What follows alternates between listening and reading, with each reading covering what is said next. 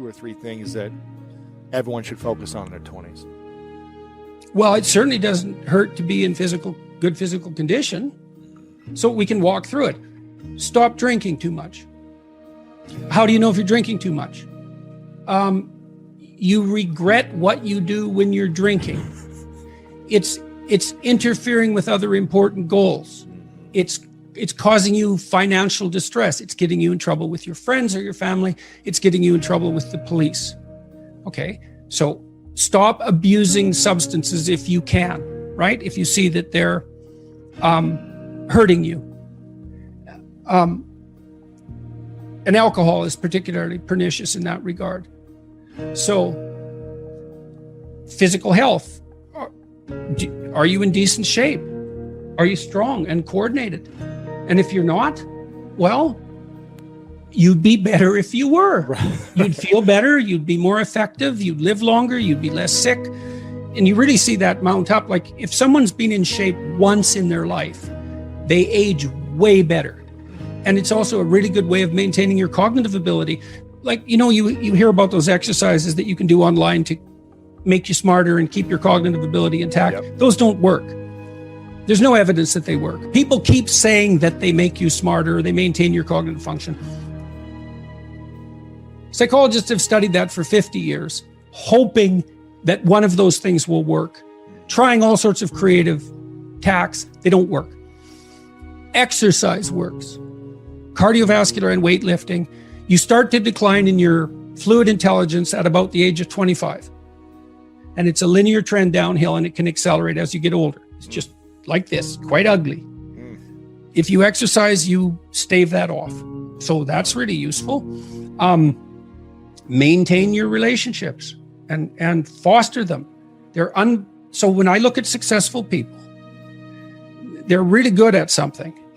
They're reliable, right? You can count on their word. They're generous, and they have a wide connection network, which becomes more and more valuable as you get older. Yeah. So it's one advantage that older people really have over younger people. They have a connection network, and a connection network is huge. Well, you could be connected to 1,000 well-connected people. Okay, that means you are connected to the entire world. Right, it's unbelievably valuable. And that's one of the things that's so absolutely remarkable about the situation that I'm in right now. As far as one of the great benefits is I can contact pretty much anybody and they'll talk to me. It's like, really? That's so cool. I'm interested in infrastructure for reasons I won't get into, but I'm interested in infrastructure development. I think it's a good method of wealth transfer. It's a good solution to the problem of inequality and employment. I reached out to a leading expert on infrastructure last week to see if he'd talk to me. I thought, I don't know anything about infrastructure except that it's worn to a frazzle and we should do something about it. He agreed to talk. And having a connection network is of inestimable value. Reliability, generosity, you can work on both of those. Philosophical sophistication, it's very useful because it orients you properly. You have a sophisticated sense of the world.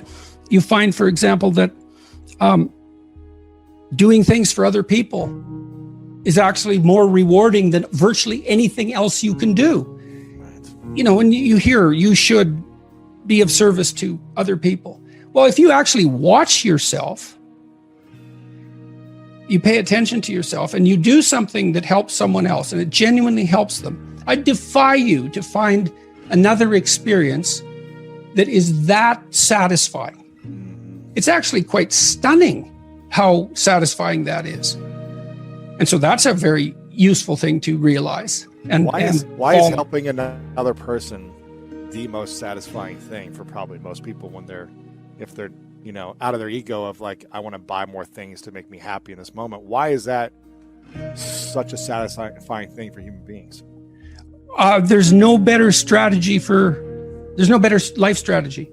I mean, imagine, I could give you a quick sort of technical example. So imagine I take two people and I say, okay, I'm going to give you $100 and you have to give some of it to the person right beside you.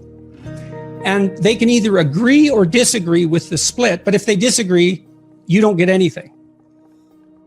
Okay, so a classical economist would say that the person should take the 100, offer the person next to them $1, and the person should accept it because why not? They get $1 instead of nothing.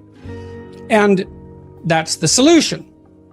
But what happens is that if you don't offer that other person something close to 50-50, they're likely to tell you to go to hell. Yes, yeah. very. And then you think, get nothing. You get nothing too. You think, well, why would people do that? Because they just reject $50 and who cares? And the answer is, well, we don't just play one game with other people. We play a repeating game. And so imagine we did this. So imagine it's a crowd and they're all watching you. And I offer you $100 and you have to share it with the person next to you. And you say, would you like to take $70? And the person says, well, I'm not sure that's fair to you, but if it's okay, yes. But then everyone else sees that. And now they all have an opportunity to pick who they're going to play with next. Well, you're not going to get picked last, are you? Remember what you told me? You didn't want to get picked last, right? I did not. Okay, so what you did was you turned yourself into an athlete. A machine. Okay. That was always going to get first. Okay, great. So, but imagine we expand that game. Yes. And we say, you want to be the person that everyone wants to play with. Yep. Well, then all you have in your whole life is invitations to play. Well, how are you going to be that person?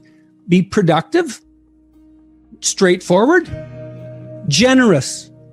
Make everyone else better around you, and they're going to want to play with you. Absolutely. So there you go. And then you get to play. Yeah, exactly. Well, how is that not the best possible deal? It's clearly, see, so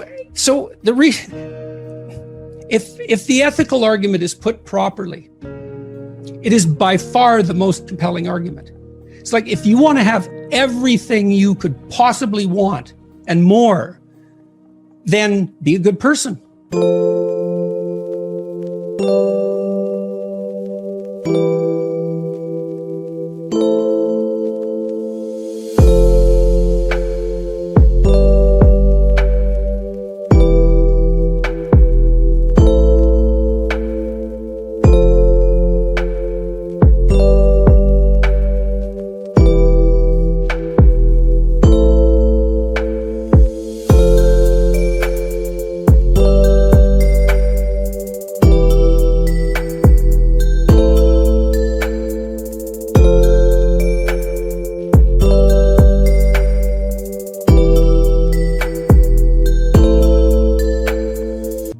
Better a person you are, the more likely that is to happen. That doesn't mean that you're completely protected against getting cut off at the knees, but there's no better strategy. That's it. And you can even think about it selfishly, and I talk about this to some degree in Beyond Order. Let's say that you want to be selfish. You think that's the best possible strategy. Why should I care about others? Okay, let's say you should only act in your own best interest. Well, then it's like, well, what's your best interest? Well, what does interest mean and what does you mean? What's in your best interest? Your best interest. 3 mysteries. What's best, what's interest? Okay. Well, there's you, but you aren't just you right now. You're you, and you tomorrow, and you next week, and you next month, and you in 5 years, and you in 10 years, and you when you're a pensioner.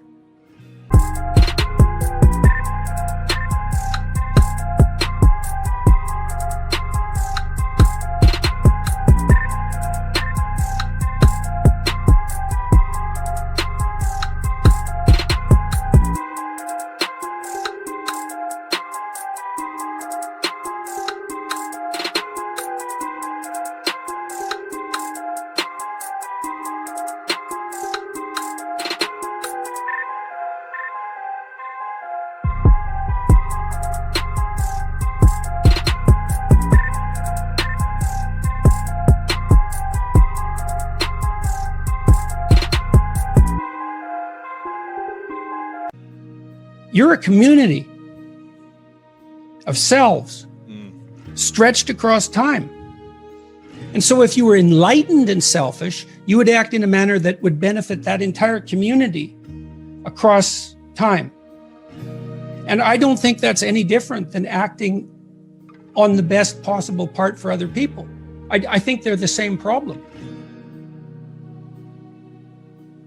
Jocko was telling me when we talked this week, he's this tough character, man. You know, and he could have, and I'm not telling tales out of school here, he could have been a criminal, no problem. And he knows that perfectly well. And I'm not saying, I'm not saying that as a slur on his character, partly because I believe the Nietzschean dictum that a lot of morality is just cowardice.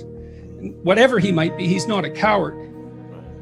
And so, and just because you obey the laws doesn't mean you're moral.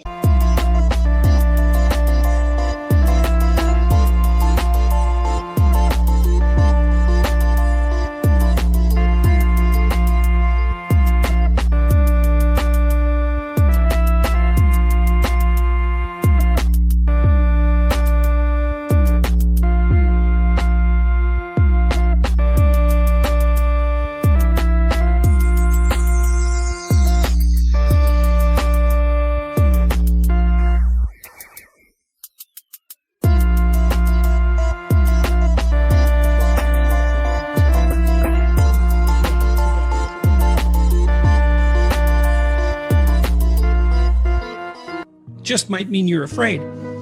In any case, so the question is, well, what socialized this brute? Well, he was taught in the Navy SEALs. Yeah. Take care of your team. That's your fundamental purpose. And he noted, and we had a long discussion about this, the successful guys, man, they've got your back. Wow. Right? You know that above all. Yeah, and if you aspire to a leadership position among those brutes, let's say, and you aren't someone they know to have your back, they're not following.